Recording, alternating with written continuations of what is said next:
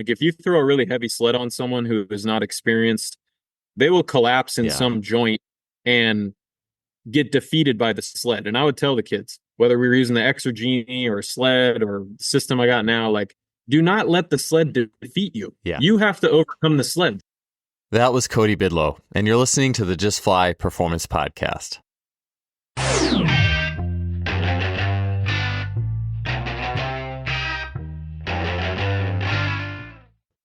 Today's podcast is sponsored by Athletic Development Games.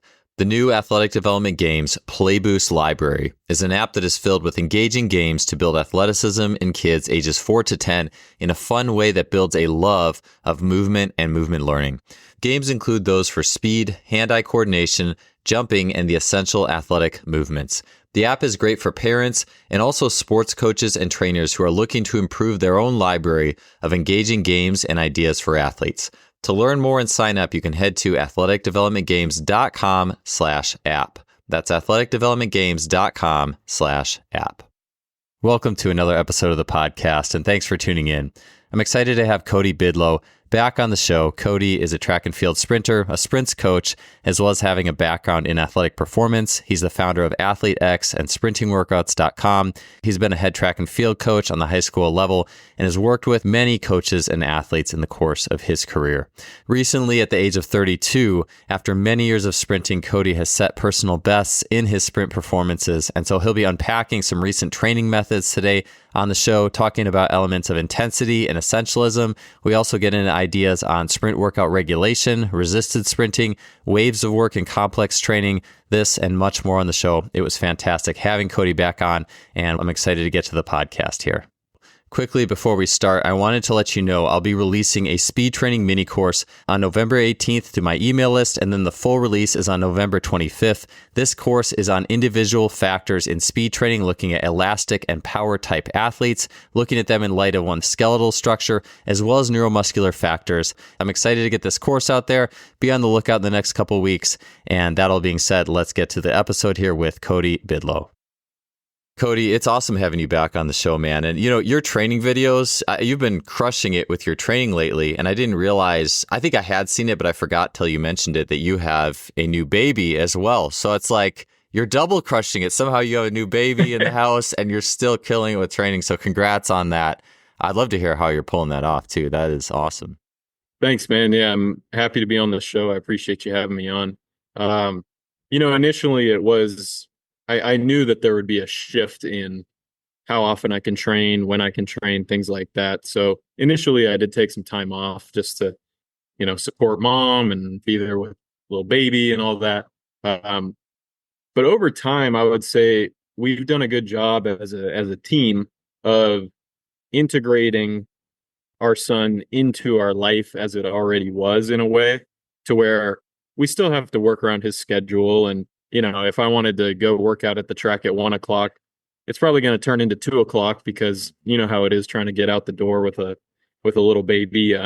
There's always an unexpected diaper change or something like that has to happen. But really, having a son has not impacted my training that much, far less than I would have expected. I think it helps that he sleeps pretty well, so my sleep is not significantly disrupted. I never slept through the night to begin with, so it wasn't that much of a change when we wake up to change him or something like that in the middle of the night.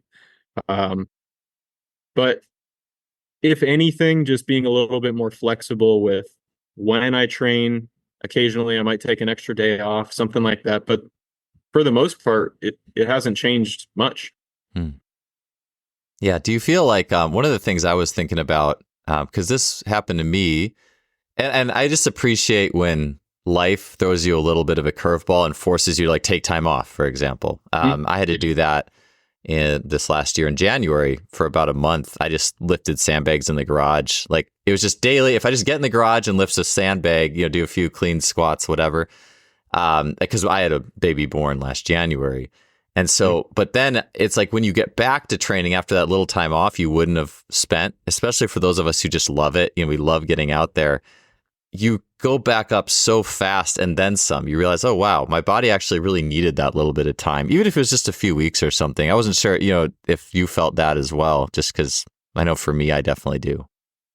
Yeah, my first session back from taking a break after the first like couple weeks where he was born, I actually ran some of my fastest times of the year. Nice. So it's one of those things where, as people who love to train, we get attached to, a certain schedule or this like desire to train because we love it. But like you said, sometimes the best thing you can do is take some time off. All of a sudden, oh, that, nagging pain that I had went away, or wow, I feel a lot more fresh and springy because I'm not chronically overloaded. So I totally agree with that concept of when life throws you a curveball, you have to lean into it. You have to live in reality. And I think people often, when it comes to training, they'll try to go with like what is an ideal program that they thought up, and it could be the best program you could ever think up. But when reality hits you in the face and you have to deviate from that program, if you get all, upset about it or something like that, that's not going to do you any good. You have to deal with the reality that presents itself. And if you trust in that, okay, here's a curveball, I'm going to have to shift. Maybe there's something you're going to learn out of that, or some way that you're going to benefit that you couldn't have foreseen originally. And so I totally agree that you just got to roll with the punches and not get too in your head about the preconceived notions we can come up with about the perfect training setup or how often you have to train or those sorts of things. Yeah. Yeah. Sometimes I almost think, well, on one level, I think life is so good at giving you those things, either in the form of rest or even an injury. I think an injury is the most natural one. You've been overtraining, you get hurt, you have to take a break, you do little rehab stuff, standing on the balance ball for a week in the training room or whatever. And then once you get going again, it's man, I feel springy, like I feel good, as long as it wasn't too severe, but like a lot of times athletes get hurt and that happens. I remember in the 2016 Olympics in the swim training group I was doing the strength training for, there was, I think of the 5 or 6 that went to Rio, 2 of them had an injury that they had to take about a week away from hard training or much at all in that time. And that was within maybe 6 to 8 weeks of the games. And they both came back and just crushed it at the trials. There was an American record and a world record between them. I mean, so it's interesting. And they had been training hard and consistently for months and months. And I don't think they took more than 2 or 3 days off. And so that's where too, I always noticed too, I'm sure you've seen this. I saw this in college. It was always after the indoor national meet, a lot of teams in Division III and even Division I, sometimes they have like a little training trip. And some of them would go, they compete at nationals. I noticed this, the kids who competed at nationals and then went on that training trip and still competed, they were just so flat for the rest of the outdoors. Like they just did so bad. And when I was at Wisconsin lacrosse, that had a really historic run in D3 for a long time with Mark Guthrie, I think he just gave them a whole spring break week. This go do nothing. Like I don't think there was no training on the table ever. I've seen coaches just freak out about it. You're going to lose this and that. And it's, just go hang out, do nothing. We'll see you in a week, Yeah, there's a kind of a scarcity mindset sometimes that people have. And, if you operate from that fear-based mindset when it comes to training, I think you fall into too many traps. So you got to trust in yourself and trust in the wisdom of the body and trust that like the cumulative training effects that have been built up over years and years are not simply going to go away. Yeah. I mean, this past season, I set a personal best. I didn't lift weights at all from February through July. And when I came back to start lifting again, I squatted 365 in a deep back squat. Wow. I was super sore after, but I was able to do it and I didn't lift at all. So if I had worried about, am I going to lose my strength? I would have tripped myself out, but instead I just was like, yeah, whatever, I'll get back to it eventually. And when I did, the strength was still there because I was doing other things that required force production.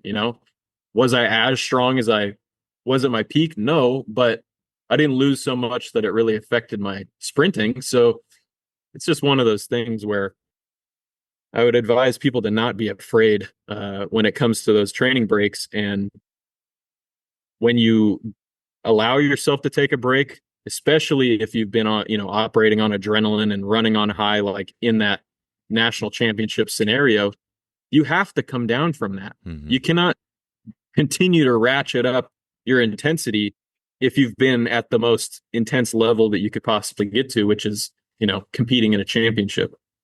Yeah.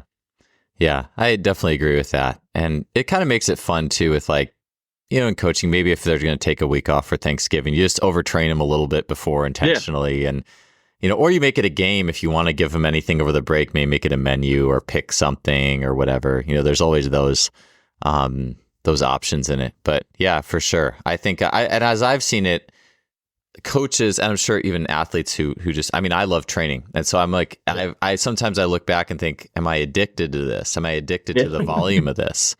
And yes. I just mentioned this, a podcast recording with Julian Pinot, even some days just being like almost like force of nature days. And sometimes with kids, you can't help it, but like a day you may have blocked out an hour to train, you only get 20 minutes today. Like that's it. And just do the best you can with 20 because it kind of builds, like Julian had talked about with the show I do with him, a little frustration. And then you really have to prioritize and you can't get that same, fix of training you usually do. And so I've been learning more about that. And as I've seen some coaches though, I'm sure we've all seen these coaches who are like, they are very, I guess you could just say anal about getting all the volume in, all the work in. They really struggle with giving athletes any time off. And I find this is my opinion, but those athletes in that system can do very, very well for a time. But the question is where's their ultimate ceiling at? Because like year over year, not really giving them the length or the break they need, or even within the year, that just kind of relaxation time can really come back to get you. And it makes me think about, I think it was Harry Mara had talked about how much time he gave Ashton Eaton and that training group off. It was insane every year. Like, I think it was, I have to ask him, I want to say it was months, like, or something like that. Just an insane time off. And I'm sure it's different for everybody, but it's definitely an interesting thing we don't, that long view is something we don't think about as often. I think a lot of times we're just like, all right, what's the next training week going to look like? That kind of thing. Totally. So what, back to your training and your recent work, Cody, like, you've been really, your videos, you've been sprinting really fast. And I think are you 33 now or something like that? I'll be 33 on Friday. Okay, nice. Yeah, well, happy birthday in advance. And I'd be curious, some of those things, that just, again, I'm sure there's not like anything that's a total secret sauce or anything, but just some things you feel have contributed to how fast you're running now at almost 33 years old. Yeah, it's definitely a good question. I think obviously there's many factors involved, but I would say I focus more now on the intensity of the session as being the driver of pretty much everything. So from a weekly structure standpoint, I'm only going to train as often as I can at a high enough intensity level, because I think having a pretty high training age, I've been training for like more than half my life, basically. I start to question how much general forms of training, lower intensity forms of training are going to impact my ability to reach a higher level of intensity, which is ultimately what I need if I want to run a faster 100, and as you continue to train, your body probably adapts less and less because you've gotten closer to your genetic potential. So I would say my program has become more narrowly focused on running fast, which makes sense. I'm trying to run faster, so you got to run fast. But not worrying so much about how much volume am I getting in? How many sprints am I getting in? For me, it's more about, have I achieved the highest intensity level in the given exercise that I'm trying to do that day, or set of exercises. And once I've done that, I pretty much shut it down. I'm not trying to add in more. If I go run a fast time at the track, unless I feel like I can genuinely run faster if I rest, 8 minutes, 10 minutes, and go to another one, I'm just going to let that session be, because I want my body to remember the most quality output that I can possibly produce, so whether that's on the track, run fast, and then don't come back to the track for a couple of days. If I go to the gym, I'm either trying to do something that's very heavy or that has a very rapid transition from eccentric to concentric with a very rapid bar acceleration in the first, 100, 200, 300 milliseconds of the movement. So whether it's maximal from a load perspective or just maximal from an intent perspective, I would say the bulk of my training is max intensity.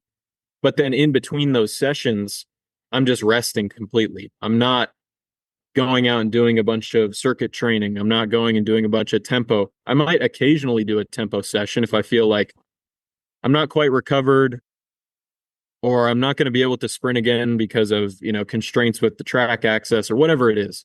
Maybe I'm working. Okay, I might go do a tempo session. Get some good contacts in, get some, get my heart rate up, that sort of thing. But the bulk of my training is centered around either running as fast as I can, being as strong as I can, or being as explosive and, reactive as I can. I think where people might go wrong with that approach is if they introduce that too early into an athlete's, training career, or if they don't then allow the requisite rest in between those sessions, because in order to reach that high intensity level, you have to be well recovered. Otherwise, you're just going to go out and put out 95%. And that's not the goal. My goal is to be PRing as often as I can or getting close to PRs or having my average time improve over time, those sorts of things. And so to me, intensity has been a huge driver of that. There also have been some technical changes that I've made. I changed my block settings a little bit so that I could push much more horizontally in that first step. But then from there, I'm not really trying to push horizontally so much. It's more just, it's more vertically oriented after that block clearance. But I would say I'm more in tune with my interaction with the ground than I ever have been before. In the past, I think I would just kind of I would just hit the ground. But then once I was on the ground, there wasn't much awareness of what was going on. And so I feel more aware of my interaction with the ground. And I think that has helped. I know that's not like a very measurable thing that someone can just go implement into their training, but it's the truth. How do we sprint fast? We have to apply force in the right direction in a certain amount of time. So that interaction with the ground is crucial if you're trying to run faster and you're not already some elite athlete. So that's something that I would say has helped, is just allowing myself to be a little bit more aware of that, especially in my warm-ups. And then when I get to the actual all-out sprints, I just kind of send it and see what happens. Because if you get too in your head about technique while you're doing the thing you need to do, you can't be the primal animal that you are. It's something else. You can't analyze your way to a fast sprint or a max effort lift. So that's probably something that has changed over time for me, is letting go of my attachment to trying to have perfect technique and just trusting in my body that if I've thought enough about it between sessions, if I've thought about it in my warm-ups, and I know generally the technical model that I'm after, I don't have to consciously think about it for that technical model to express itself, And that takes time, I think, and experience doing the thing long enough to where you can kind of step away from overthinking it. But that's been huge for me, because if I go get up on the line and I'm thinking about too many things, invariably the time is not as good as when I just send it, So long story short, intensity, recovery between sessions, being more aware of how I'm interacting with the ground, and getting out of my own way with not being in my head too much when I sprint. Those things have, I think, made a pretty good impact on my sprinting lately. Yeah, I love it. It's in a way, it's almost like you think about how a child thinks about running and sprinting. Well, they don't. They just do it, right? Yeah. There's that non-linear, just do it aspect. And then we move into more of a linear, okay, we got these volumes and well, where should my arm be in this position or whatever. Yep. And then eventually we kind of go back, right? To, hey, this is just how it feels. It's almost like for me, sometimes it's like being a passive observer in my body of just, hey, what's my body doing? Cool. That's actually been the thing I enjoy back in my 30s, it's kind of like that thing where you're timing, you go out and you sprint or you jump, and you're going to eventually hit a point where you're not going to run as fast or jump as high as you did. Yeah. And at that point, it's like, well, what's the fun in this? And what I mean, and obviously you can still be at a very high level if you do training well. But at some point, like I'm 41 now, one of the most fun things for me is one, it's just finding that where I know I'm capable of on the day, on the year, and just keeping that in mind. But then it's, wow, how is my body doing this? That's so cool. It's so interesting to see how my body form that solution and just playing the different bandwidths of work. And so, yeah, it's definitely, and it just makes it fun again. It's where it's, yeah, you want to see the fast times and numbers, but it's also really fun to see and notice all the things you, I guess, approached linearly in the past. And now it's like, oh, well, this is how my body is actually solving this problem. Yeah, exactly.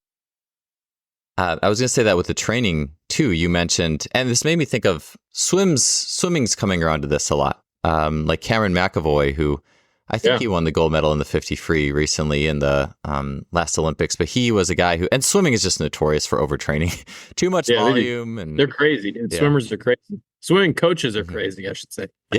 Yeah, it is interesting, man. But swimming is shifting. Like when I was at Cal, Cal was like a low volume school because they had a more progressive approach to just, hey, not just destroying people with volume and things like that. But I think McAvoy had said he had shifted down to swimming. I think it was basically like just swimming fast 3 times a week or like not really doing much else. Like his volume got cut substantially, and I think he's about your age or close. He's like early 30s or something and swimming really fast. And it kind of makes me think about that maybe earlier in our career, maybe there is a place, or I shouldn't say maybe, there is a place for, the frameworks and, all right, did this volume. But at some point, even maybe early in a training season, but at some point, things have to shift to more of, you could say nonlinear, or just, the way things work together more globally.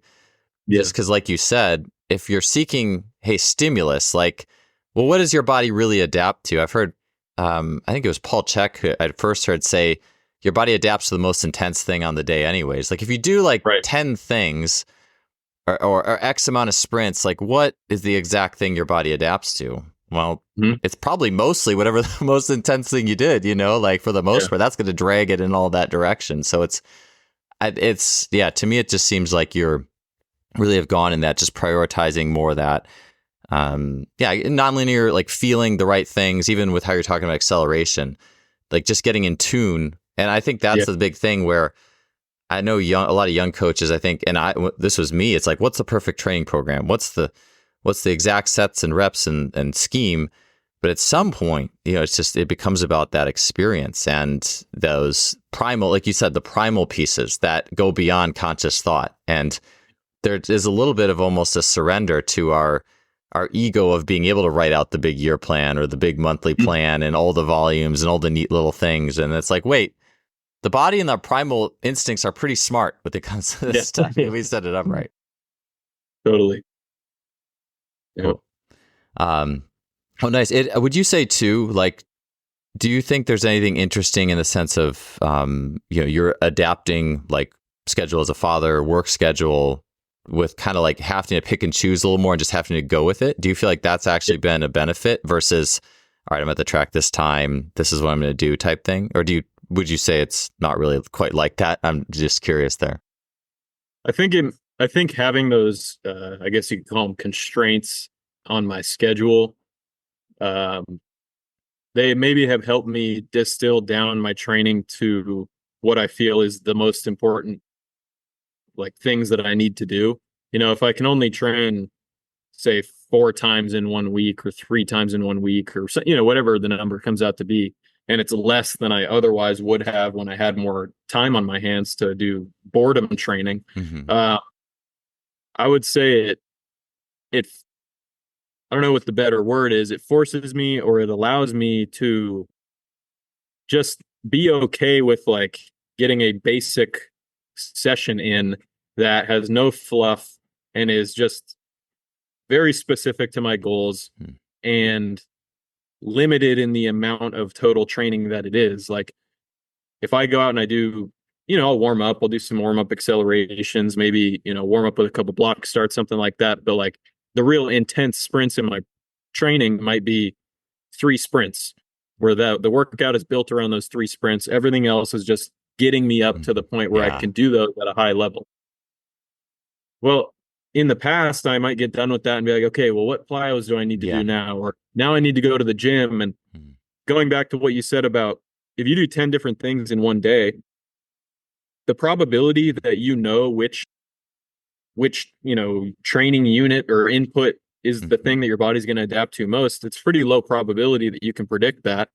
I also wonder about, am I diluting the stimulus? Like, if I want to run fast and I run 3 really fast reps, okay, let's say I did 6 reps, but the last 3 were at like 95% of those first 3. So they're slower, lower quality. I haven't driven up intensity. I've driven up fatigue. I've driven up wear and tear from those extra sprints, but I haven't driven up intensity, which is really what I'm after. I'm trying to run faster. And I could be convincing my body that what I need is the ability to endure repeated sprints at 95%. And I'll get really good at doing 6 sprints at 95%. But will I get better at sprinting at 101% or 0.5% of what I can currently do? Probably not. I mean, maybe for some people, but for me, I've found that anytime I add more beyond, that 1, 2, or 3 fast sprints of the workout, where I really feel like I stressed my system, I either get hurt after doing it, for enough sessions, or I just get fatigued, or I get, depressed because, well, I ran this time on this rep, but then I ran this time. I'd rather walk away from the session knowing that I ended on my best note.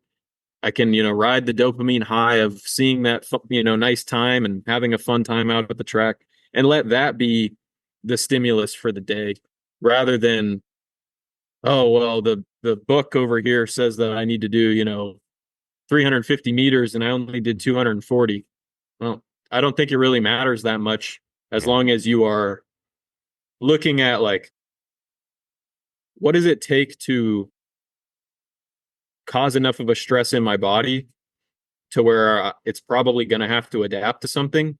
And that's one of those things that, going back to the feeling based approach, nowadays I can feel when I'm at that point, and I can feel that, like, okay, the next one is not going to be as good. Yeah. So unless my goal is to increase like capacity in some energy system or some concept like that, which I don't really think about too much nowadays, I'm just going to go until I feel like doing more is going to be diminishing returns, and I'll just shut it down and go home and hang out with my kid or eat some food, or, move on to something else for that day, and leave some gas in the tank for the next session, whether that's the next day or a couple days later. Today's podcast is sponsored by Gym Studio. Gym Studio is a frictionless gym and studio management software. It can effortlessly manage memberships, schedule classes, track attendance, and even automate billing. To check out what Gym Studio can do for you, head to gymstudio.com and set up your free 14-day trial in less than 5 minutes. Yeah. When you think about it on the level of time, too, it's like, okay, I could spend 15 more minutes of the track, get maybe 3 more quality sprints in or something, and, that were dubious of how much better. Or I could play with my kid for, however long. What's going to be better for me as an individual? What the totality of it all, and totally. I was with that too. It is interesting because that's something I've been thinking about lately is how does an athlete perceive the session? Mm-hmm. And I do think there's also maybe a highlight some differences too. You have those athletes who are just like, they're workhorses, like Karsten Warholm, right? Like, gosh, like he trains how many hours a day? But it's interesting because I feel like that is so rare. That's definitely not the norm. And I know that out of that, from my understanding, that coaching system that had Karsten, and there was a guy who trained a long time ago who also had a lot of success, but there's been a lot of people in the middle that never did well with much. And so, it's like, well, maybe those unique individuals, for them to feel good about the session, maybe they do need to do a lot. But I was even thinking about something like, what do you do when you do the fastest sprint? I know back in the day in my college track, our coach would have us do just like 3x200, like make it feel easy type stuff to kind of, I don't know, lock it in or something. And I'm, elastic and narrow. I like tempo volume. So I'm like, well, for someone like me, maybe that could be valuable. But if it's constantly, it's almost like there's, like you said, there's like a certain amount in your workout where it's, hey, I'm sprinting fast here.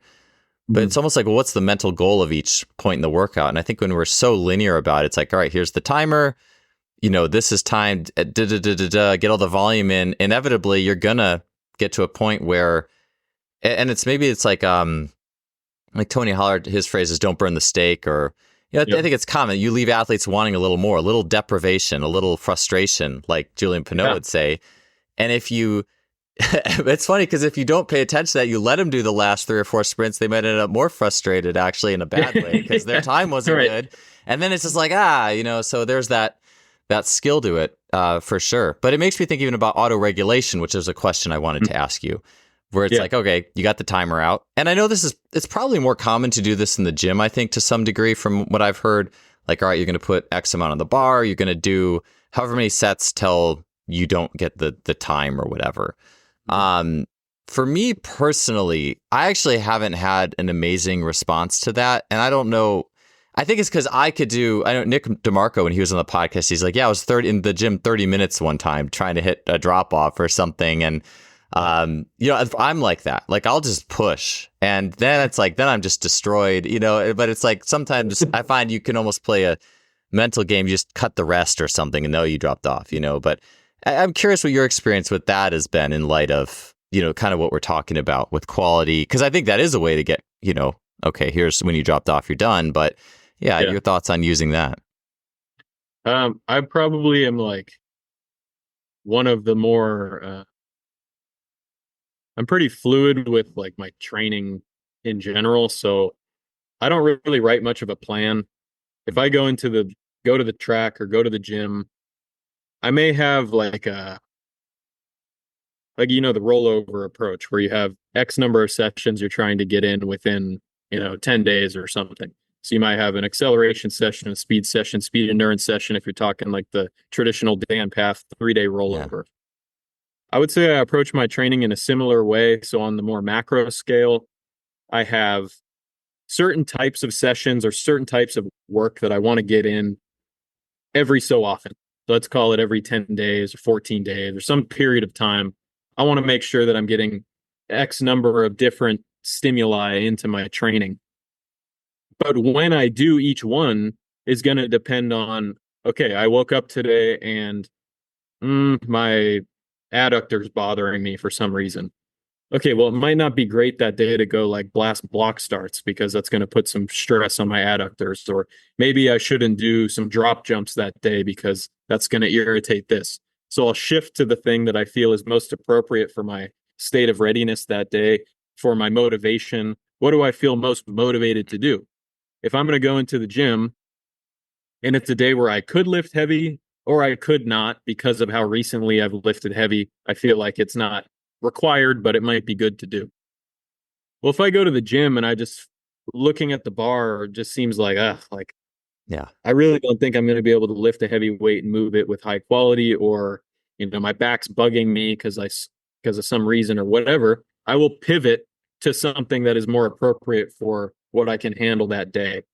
If I go into the gym and I feel super motivated and I want to squat a house, then I'm going to load it up heavy, pick an exercise that I can safely do that day at a high intensity level, and I'll go attack it. And once I feel like doing another set at the same weight or a heavier weight or at the velocity I want to hit or whatever the target is for that exercise, once I feel like it's questionable, like, am I really going to be able to do better on the next set? I'm just going to shut it down and move on to something else, like a little, regional strength exercise for a calf that's bugging me, or, something else, or I'll just go home. So I would say that my training is very auto-regulated, but it's not to the point where I'm looking at, velocity dropped by 2.5%. So that's why I'm going to shut it down. It's more, I can tell within myself that I'm getting to a point where I'm starting to get fatigued from this workout, or maybe it's just a cost benefit analysis of, if I box squatted 505, is box squatting 545 or 525 in another set going to bring me enough benefit to justify the risk to my spine and my, whatever? I don't know. So I try to make adjustments day to day or within a session based on what I feel is like going to be a net benefit for me going forward. So that may sound chaotic to people, and that may sound like it's completely disorganized, but it's really not, because I keep track of every session I do. I keep track of how many reps did I do of various sprints, what distances did I do, what times did I run, what were the bar velocity or acceleration metrics in the gym. So I can look back at the previous couple weeks and see, what was my distribution of work? How many 30s did I do versus 60s or whatever? If I've only done 30s, well, I probably need to do something else. So my version of autoregulation is seeing, okay, I've done this, I need to shift over here a little bit. And I try to just cycle through within that 10 or 14-day period to make sure that I'm hitting those important qualities. And I will pivot if I had planned, okay, this day I'm going to do this, but I don't think I'm going to get the most out of that session. I'll just shift that to my next session, swap in something else for today. And it seems to work for me, at least. I know for other people that wouldn't work, and that's totally fine. But for me and my ADHD style brain, that's what I've found to actually allow me to consistently train and like not screw myself up and maintain a pretty good level of performance on average. Yeah. Yeah, 100%. And it is, I think about, we talk about, like, they say, like, ADHD, there's the detriment, but there's also the superpower that goes with it. And there is that, like, I think managing chaos, and the chaos being the state of your body. I think we've all coached those people who are very, like in the spirit of Christian Thibodeau's neurotyping, very structured. Like they have to be told everything. And it's like, and maybe they will never be quite as self-aware on some level as someone who is like wired like that. Yeah. But I'm curious, do you, in the programming you write, like your online group, any thoughts on, windows of regulation, options for them, trying to, how to help athletes learn that level of awareness? I usually, if it's, say I give a workout that's like, a range of number of sprints. So maybe it's, you have 4 to 6 times, I don't know, 40 meters or something, whatever. I will instruct the athlete that how you determine whether you're going to do 4, 5, or 6 sprints is going to be based on, is it safe for me to do another sprint from an injury perspective? Because tissue injuries are like my biggest enemy. And the number one thing I want to avoid as a coach is a soft tissue injury, or even worse, like a bony structure injury. But like, I want to avoid injury. So if you're going to choose to do the next sprint, you need to be absolutely certain that you don't have any pre-injury signals that are going off that you're choosing to ignore. So that's number one. Second is it realistic that I'm going to run pretty close or the same or faster than I ran on the last one? You can be honest with yourself, but often we ignore the signals our body is giving us. But I'll just tell you got to be honest with yourself. Are you really going to run faster on this next one? Yes. Okay, do it. Are you going to be safe? Are you going to get hurt? No, I'm not going to get hurt. Okay, yeah, do it. Those are the two main factors that I would say are how I would instruct others to go about it, is just think about the safety and the ability to execute the task. Yeah. But that does require the athlete to be pretty disciplined, because oftentimes athletes will convince themselves or just choose to like ignore the signs their body's giving them, and that leads to issues. So that's where, as a coach, I would say I was more structured. I'm more structured with other people. If I'm coaching someone, I'm going to be more structured than I am with my own training, because I can't feel what they're feeling. I can have a pretty auto-regulated, fly by the seat of my pants, at least that's what it looks like, type of training with myself, because I am myself. I'm within myself. I can feel and I know all my data and blah, blah, blah. But with someone else, you don't get that. So if it's an athlete who you know is pretty honest about where they're at and how they're feeling, then you can allow them a little bit more room to auto-regulate. But for the vast majority of athletes, say when I was coaching the high school, I would just watch. And if I saw a rep where something was really off or their demeanor changed or just something where I could sense they're kind of going downhill, I'd pull them from the workout, have them go do something else, or, stretch and relax and deep breathe and go home. The workouts themselves would be more structured. Like I would have a specific amount of work I want them to do, but where I would auto regulate it would just be by looking at them and seeing, is this athlete going to benefit from doing more work right now? And I think if you're an intuitive coach, you can see that, whether that's through their demeanor or their physical output. Yeah. And I think that's just the thing, is I think kind of like other pieces of technology, like velocity-based training, I believe it's not something we should necessarily like rely on. It's more a teaching tool. It's a thing that gets you to understand what does intention feel like. And then there's also, I think that's it. And Christian Thibodeau had mentioned that he'll use it the first few weeks to teach intention, but then beyond that, he'll just take it out of the program or whatnot and just and hopefully athletes remember what it's like to have, okay, if I'm trying to hit this speed, this is what it feels like. Or for me, I've put it in the program like every other week or something periodically to give it a different emphasis and feeling.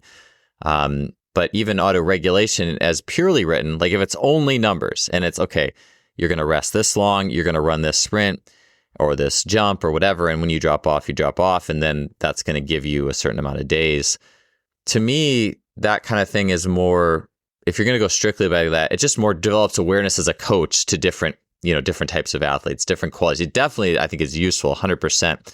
But I think the magic is how you actually work it in the system, like the art of coaching. Like I think it would be a lot different just giving an athlete that, because I might give an athlete, hey, 30-meter sprints till drop off or something, and they might be like, oh, I ran like 23 or something of them, and then I'm recovering for a week, or I don't know. And also like too, I think within the group, there's the ability to, this is something I wanted to talk about with Julian Pineau, but like he calls it the phylogenetic wheel. Are you in flow? Are you in fight or freeze? And you kind of keep going. But I feel like if you're in fight and you really get amped up and there's a big dynamic, vibrant training group, you might hit a higher level that you can't replicate. And that's part of the art of coaching. Or maybe the coach says something to you that motivates you or whatever it is, or there's just something about that environment. I think that's where, like all this stuff, I think VBT or auto-regulation, it just opens the door to a greater understanding. But then it's up to the art of coaching to really make that work, to really, you could say, grease the wheels. Otherwise, it just kind of gets a little squeaky. And I think that's where, I just think there's not enough conversations about that piece. And I actually had a funny thought as you were talking about, where it's like, okay, you have the checklist of trying to cultivate awareness. And I thought, this is the first time I've had this thought, because I have similar in high jump. I would say my approach to like high jump practice is similar with like the next bar. Is you have athletes who are kind of like, I'm good with being done. You have people who are more like me, who are like, I'm not going to walk off the track till I jumped as high as I could and I failed 5 times. It's like, well, how good for them is that mentally, versus, hey, here's the frameworks and constraints of how we're going to do this. But Scott Leach, when he was on the podcast, talked about in the weight room, like if an athlete wanted to put a certain amount on the bar, and like this was your top set of 5 for the day. And as with most, athletes, male athletes in the 18 to 22 range, they oftentimes put a little bit more on, or let's even drop that down to 14 to 22 or whatever, right? Like they put a little bit more on than they should, or they know they can lift. And I think Scott's rule was if you miss your top set, you have to do 200 push-ups or something. so that's going to build some awareness. That is a constraint that will build awareness. And I'm like, all right, maybe for high jump this year, I'll be like, all right, you could try this last bar, but if you miss it, you got to do some push-ups or go crawl 100 meters or run a 400. I don't know. Probably don't make 5-minute ISO lunge. Yeah, exactly. There we go. That's going to be it. Or spin the wheel, and you got to do one of those or something. Like.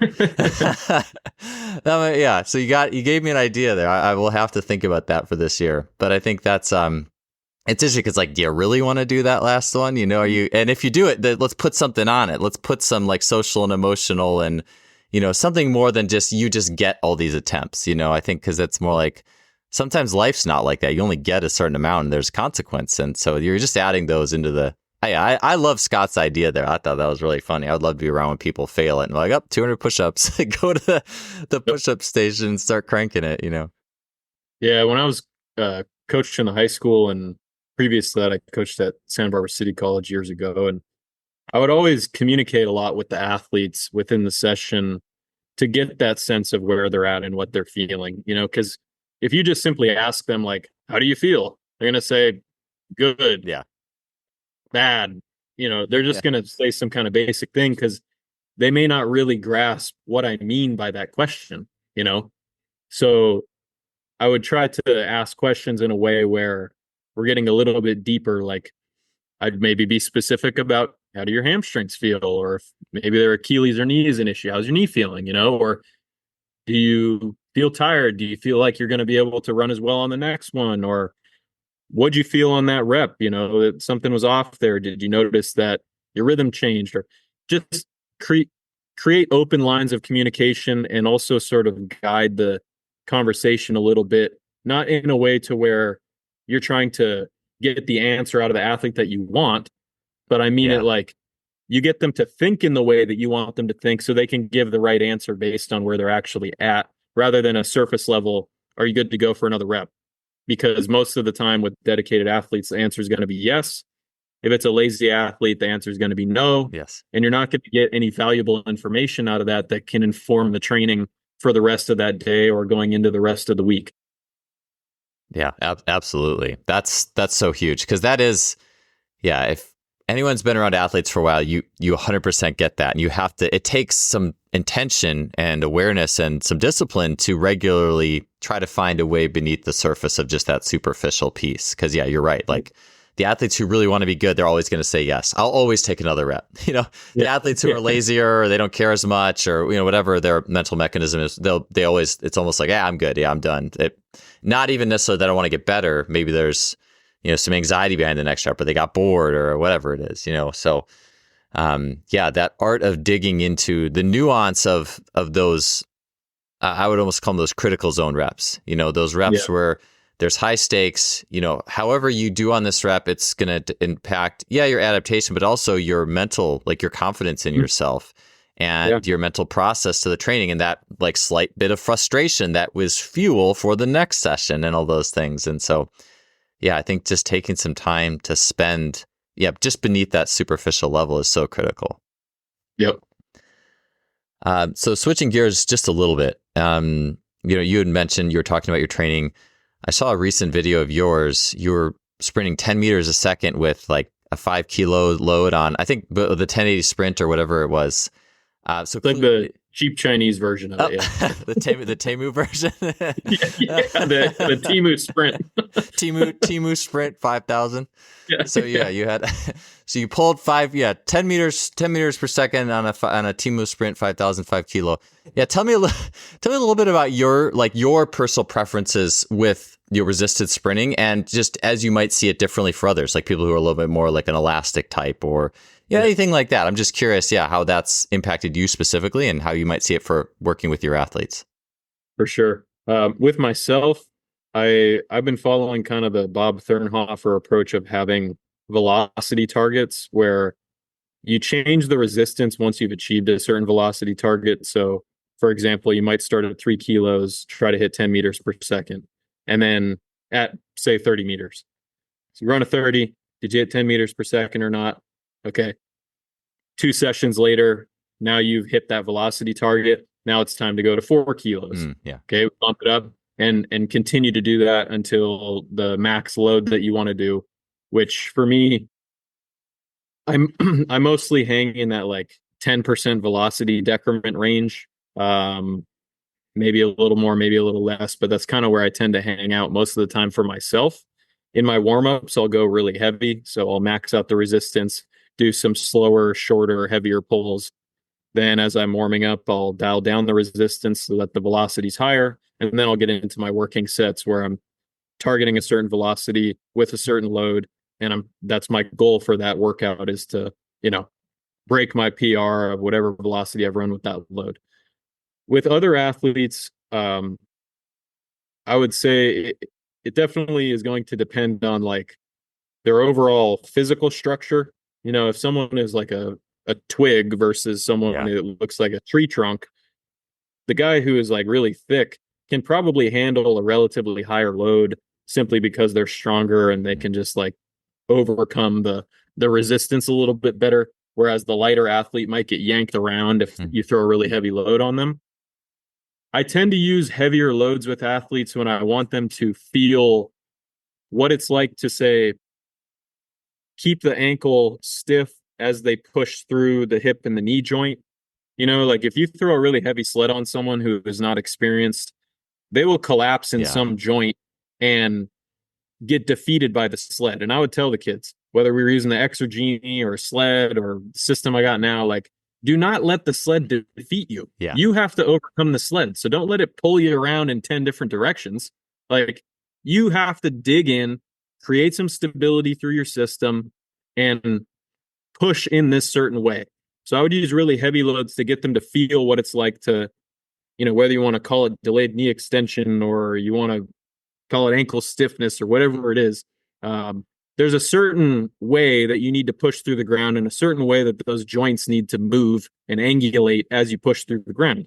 And if someone can't do that, then a really heavy load on a resisted quote sprint or a march or something like that can just slow it down so much and increase their interaction with the ground so much that they will feel something different that then can sort of be brought into the unresisted sprints. But I don't see heavy resisted sprints or heavy resisted drills as having much of a direct transfer to sprinting.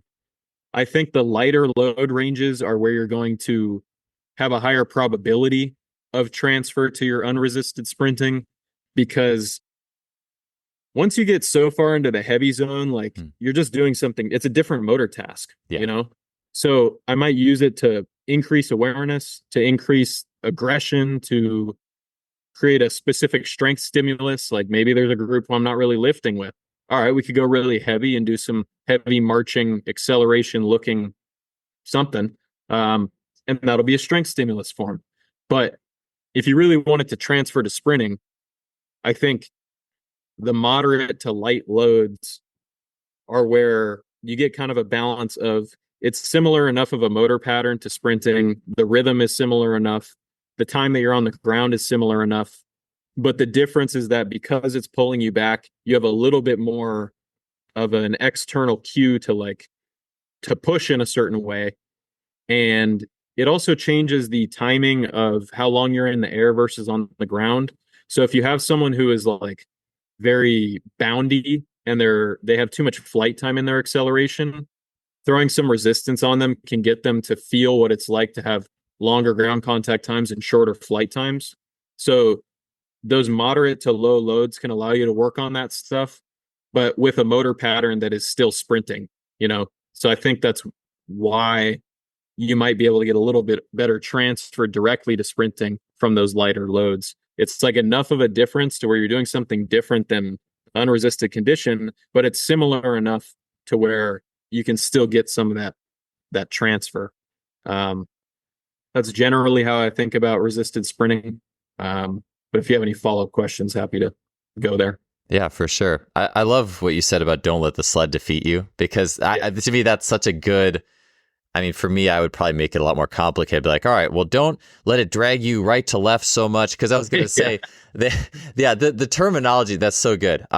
Just because I will, it's funny or interesting to watch athletes who, I like how Bill Hartman talks about human movement as a series of turns. You turn left, you turn right, you turn left, you turn right. And in sprinting, it just happens extremely quickly. But you know that someone's not using the sled as well as they could be when it's like an extreme turn to the right and the foot points all the way out or something. So you're like, you really externally rotate the right leg and then you really externally rotate the left leg. So you're basically just hanging on.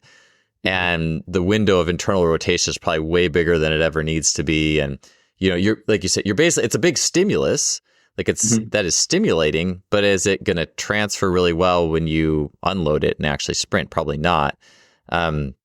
I'm interested, you know, you had mentioned, because that was the contention, right? Charlie Francis, 10%. And then, we start to say, okay, well, it could be 50%. And it just strikes me that the 50% is probably more for like the 20, 30, 40 meter dash. But if you're going to do much beyond that, it's probably going to drop off in terms of its usability. And I would think too, I mean, and I wasn't there with the Jamaican training sessions. I just know they do heavier sleds in the fall, but maybe it's its own season kind of, I don't know, maybe you just do it and maybe you're a little more torque dominant for a few months and then you get off the grass and get on the track and I don't know. So I like think of the season piece of that too, but yeah, any thoughts just to the nuance of like really heavies, shorter distances, whatever the Jamaicans were doing. Any thoughts on that or expanding thoughts on that?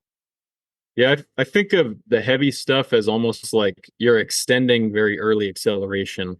So you're giving yourself the opportunity to work on the skill development and the movement pattern and the interaction with the ground that you're going to experience in the block push off and like step 1, maybe step 2, So because in every sprint, you're only there for a couple steps before now you've accelerated and you're running much faster than you were in 0 step and step 1.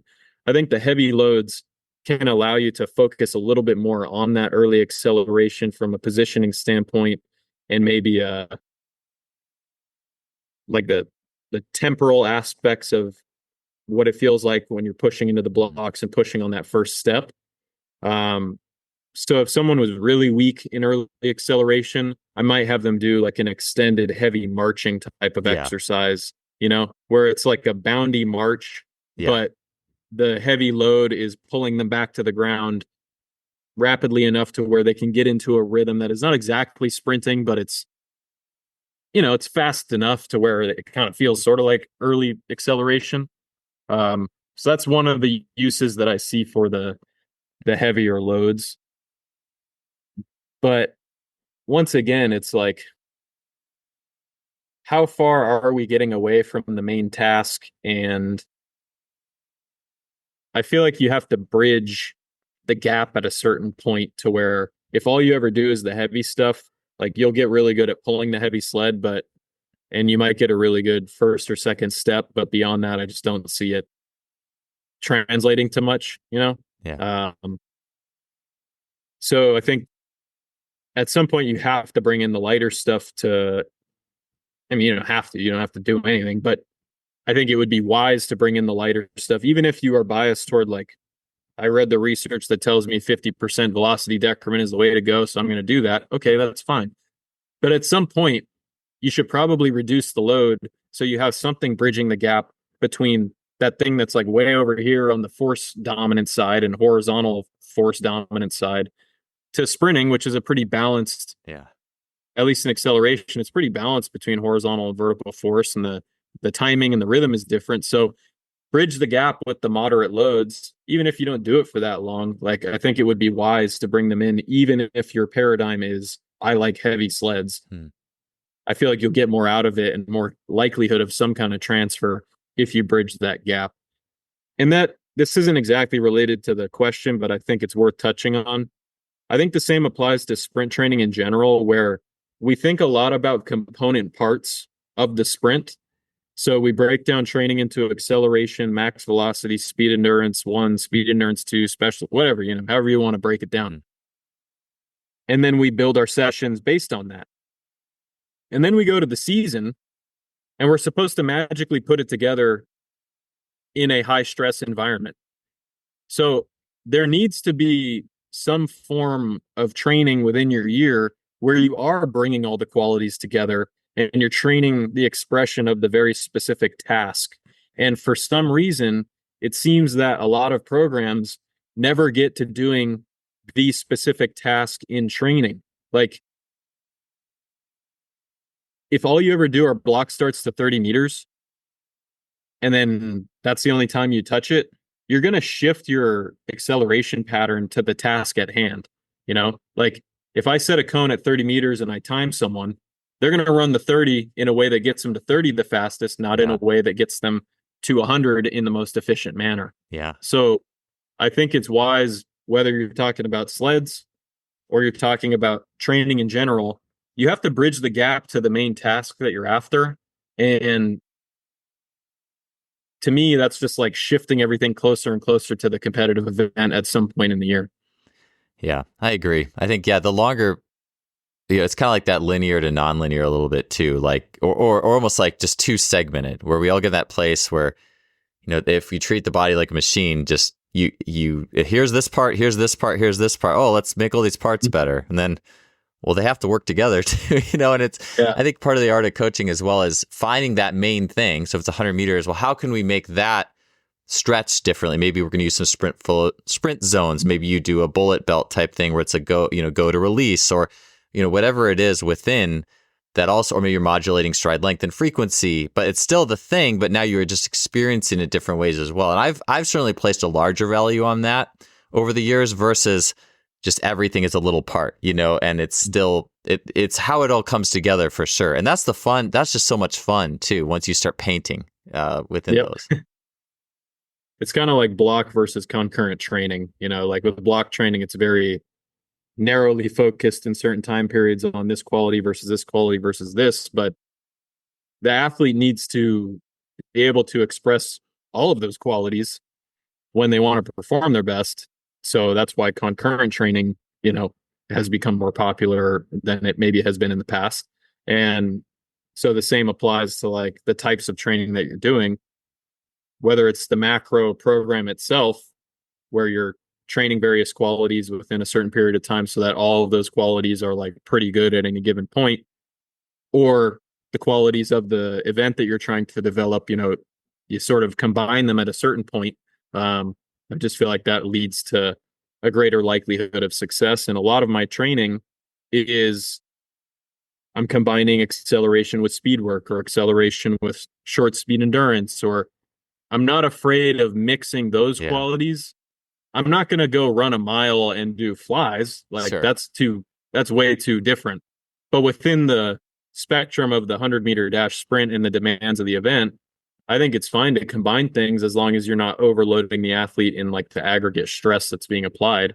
And I've found that I respond better that way versus when everything was completely segmented into different chunks of training and the different component parts of the sprint, every session being just like one narrowly focused thing.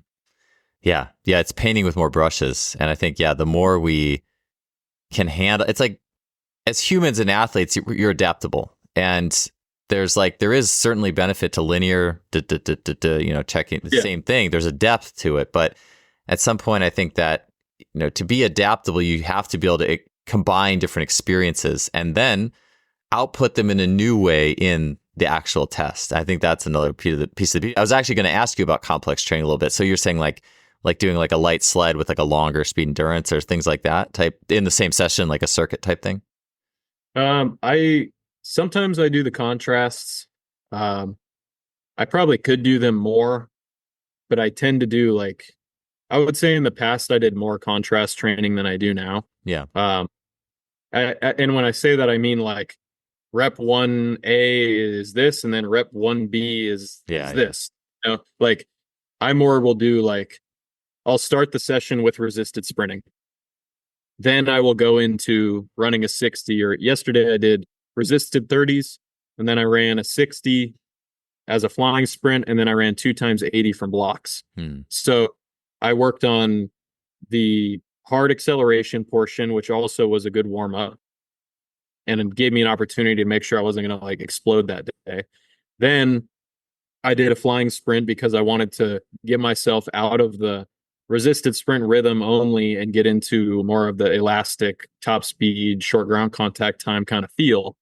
Then the main part of the workout was the 2 times 80, where I'm trying to put it all together with an aggressive acceleration, a really quality top speed phase, and then maintaining that speed and minimizing deceleration over that last 20. So now I'm taking those separate qualities of acceleration and speed and trying to bridge them into something that is close to both the 60 and the 100, which are my 2 like favorite events. And that's kind of how I'll do it. In the past, like around the last time we did a podcast, I was doing things like maybe I'd do 5 times 40 and then 1 times 150 after I've recovered from the 40s. So Yeah. still combining different types of work, but microdosing some speed endurance in there. So I'll kind of approach it in those ways where I'm either hitting like, okay, this section of the workout is this, then I'll do this, and then I get to the most important part of the session. Or I'll have a main focus, but then I'll just sprinkle in a little bit of something else on top of it. And it just seems to like keep my body in tune with what is the ultimate goal here. The ultimate goal is not to run a fast 30 or 40. Like the ultimate goal is to run a fast 100. So I want to regularly, when it's a day where I can do it at a high enough quality level, I want to touch on something that is relatively closer than relatively further away from that main competitive task. Yeah. Yeah. Training each day, looking at it as a journey, combining different elements. And I think it can be through circuits, and there's a lot of ways to do that are really good. But I also think that this is my thought. I'd be curious what you think about this. Is I feel like athletes who are a little more, like you said, like the stick or like a narrow, like an elastic type, I would say elastic type, more narrow.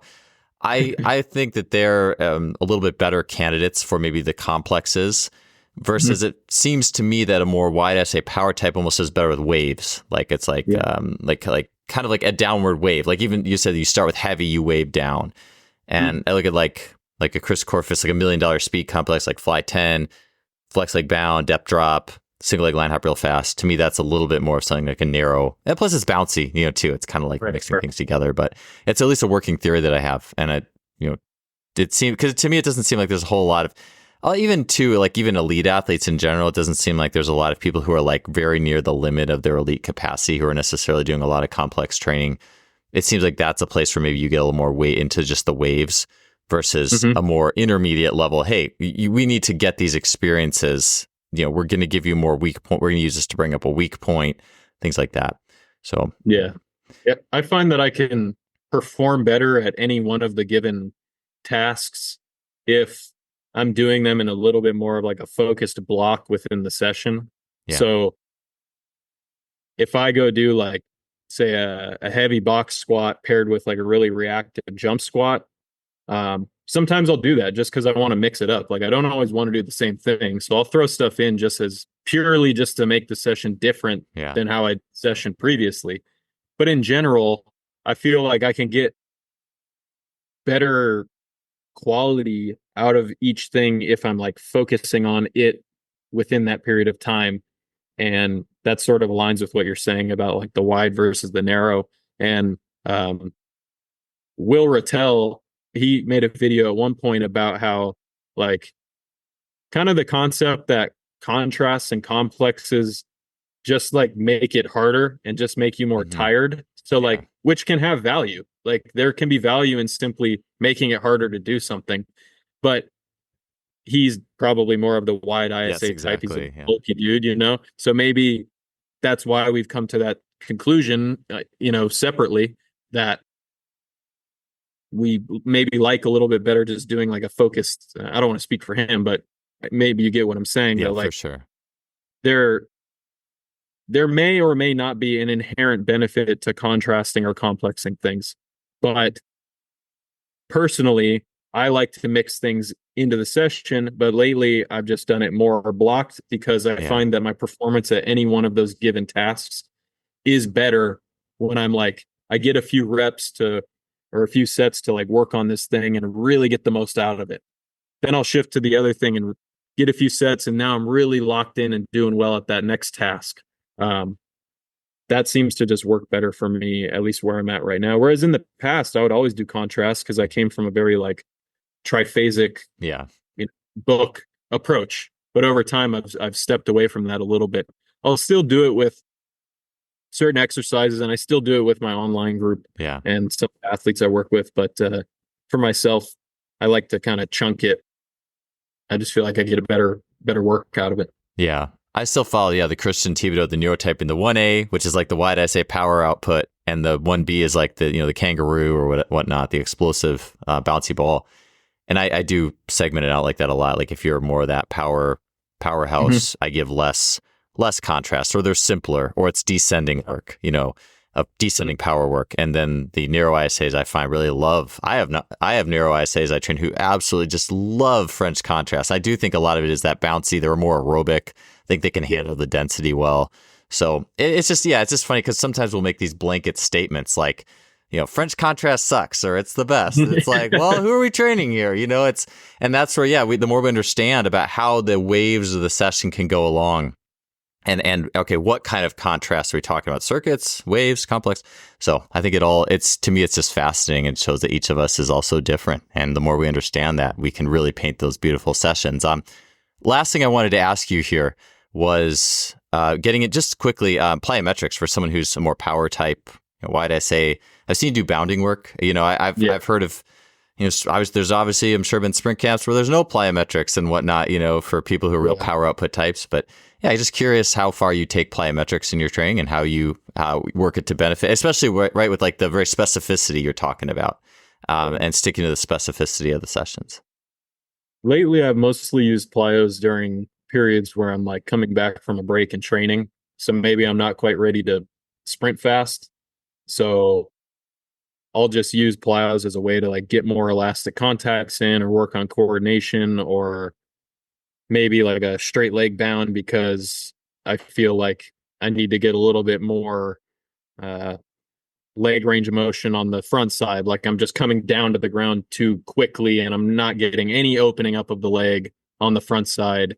And it's kind of making me too choppy. Maybe I'll do a straight leg bound to wake up my hamstrings or get them used to being exposed to length and velocity at the same time. But I probably do less plyos now than ever before.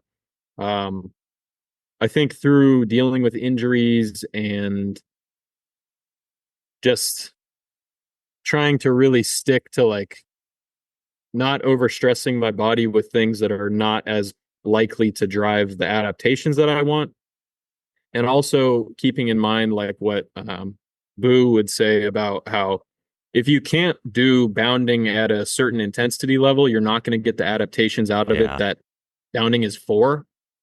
So I'm kind of like, I might do them because they're fun, or I might do them just because like if it fits into giving me some kind of work when I don't feel I can do other work. But most of the time, I'm not really doing many plyos nowadays. I'll do some pogo hops or kind of the more like ankle oriented bouncy type stuff. But I get most of my plyometric work out of sprinting and then some of the like special strength exercises I do, like a drop squat where I'm standing with a bar on my back and I'm trying to drop in reverse as quickly as I can and from as shallow of a depth as I can, which is actually harder than it might seem. Yeah. It's hard to stop your body at a really shallow angle because you can't create tension. But in sprinting, there's a lot of fast people who hit the ground with a really straight leg and it doesn't yield very much. And they get off the ground really quickly and they run really fast. Times where I'm not as fast, I'm not as good as dropping to those shallow depths and reversing quickly. Times where I am running fast, I'm better at that. So I'll use lifts as like a quasi plyometric because I can control the loading condition much more specifically than with a plyo. Like a plyo, I don't know, there's only so much you can manipulate the loading. What do you do? Add a weight vest or like pull someone or do it with the wind? I don't know. Drop from a higher box. There's only so many things you can do. Yeah. With a lift, I can change the range of motion. I can change the stance. How is it 1 foot or 2 foot? I can have bands. I can have weight. I can have both. I just find that I can manipulate the loading more to what I want. Also, because I am more of like the bulky, blocky torso type of guy, I have a pretty muscular back. I can handle the axial loading pretty well and it doesn't fry me very much. So I would rather spend most of my time doing like plyometric like activities in that regard rather than risking an Achilles or risking a knee injury or something like that. I've also taken a lot of the like general jump training out of my program. So like I don't really do box jumps. I don't do vertical jumps. I don't do broad jumps. Because when I do those, I find that it aggravates injuries for me, especially with the pelvis injury that I had that took me a long time to get over. So long story short, I do less plyos now than ever before, and it does not seem to have been a negative for me. So maybe that fits even more into the whole wide ISA archetype that like, I'm good with sprinting. I'm good with lifting. Plyos are fun, but they're risky for me, and I don't know how much I get out of them, and I kind of suck at them. So like, I don't want to spend a lot of time on something that I suck at that might get me hurt. I'd rather focus on the things that I know I can handle well and that I can do at a quality and intensity level that's high enough to spur adaptation. Yeah, that makes perfect sense. That last sentence you said could be a quote that just summarizes so much with training. Just stick to the things you're good at. And yeah, it is like, well, yeah, you can bound, like a wide ISA can bound, but then does it look good? Are they producing as much power as they would if they just sprinted or did a resisted sprint or did a lift in the weight room? And even too, you mentioned more bulk, like wide ISA has a wider base of support. So if you're doing like something bilateral, it just seems it probably fits more in your base of support, how you express power, and it just makes sense. So, cool. Well, hey, good stuff, Cody. Love the talk today. Thank you so much. It's great catching up. And good luck too, as I know your little one's growing. I'm sure you'll learn lots about sprinting by watching your child learn to walk and run and sprint eventually. So, it's such a journey, but thank you again so much for coming on the show. Really appreciate it. Of course, man. It's a great show. So it's an honor and a pleasure to be on.